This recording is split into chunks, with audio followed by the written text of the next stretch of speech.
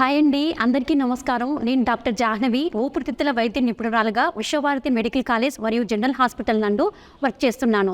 ఈరోజు నేను మాట్లాడబోతున్న topic tuberculosis. దీనిని మనం తెలుగులో క్షయ లేదా టీబీ అని మామూలుగా పిలుస్తూ ఉంటాము. ఈ టీబీ అనేది ఒక బ్యాక్టీరియల్ ఇన్ఫెక్షన్ అండి. మైకోబాక్టీరియం ట్యూబర్క్యులోసిస్ అనే బ్యాక్టీరియా వల్ల వస్తుంది.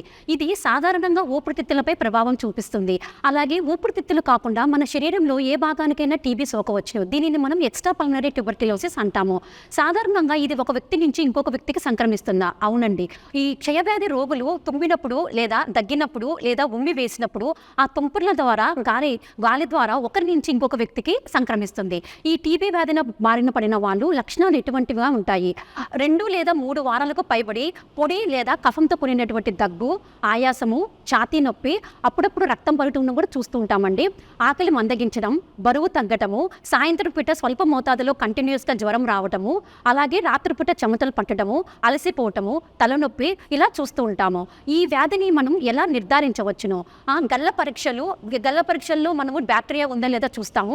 అలాగే అవసరమైతే ఛాతీ ఎక్స్రే లేదా సిటీ స్కాను, అలాగే మనం రక్త పరీక్షల్లో లైక్ ఈఎస్ఆర్ ఇట్లాంటి టెస్ట్ చేస్తుంటాం. అవసరమైనప్పుడు మ్యాంటెక్స్ టెస్ట్ అనే చర్మ వ్యాధి టెస్ట్ కూడా మనం చేస్తాము. ఈ వ్యాధి ఎక్కువగా ఎవరిలో చూస్తూ ఉంటాము?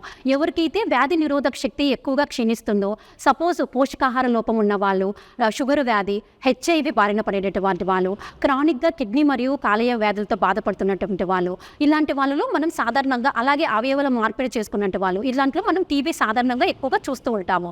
ఈ వ్యాధిని మనం ఎలా నివారించవచ్చును అంటే, సాధారణంగా ఇంతవరకు చెప్పినంత వాళ్ళు తుంపర్ల ద్వారా ఎక్కువగా వస్తుంటుంది. కాబట్టి ఏదైనా క్షయవ్యాధి బారిన పడిన వాళ్ళు తుమ్మినప్పుడు లేదా దగ్గినప్పుడు ప్రాపర్గా మాస్క్ వేర్ చేసుకోవడము, అలాగే మనం వ్యక్తిగతంగా పరిశుభ్రంగా ఉండటము, అలాగే పుట్టిన పిల్లలకు బీసీజీ టీకా అడ్వైస్ చేయడం జరుగుతుంది.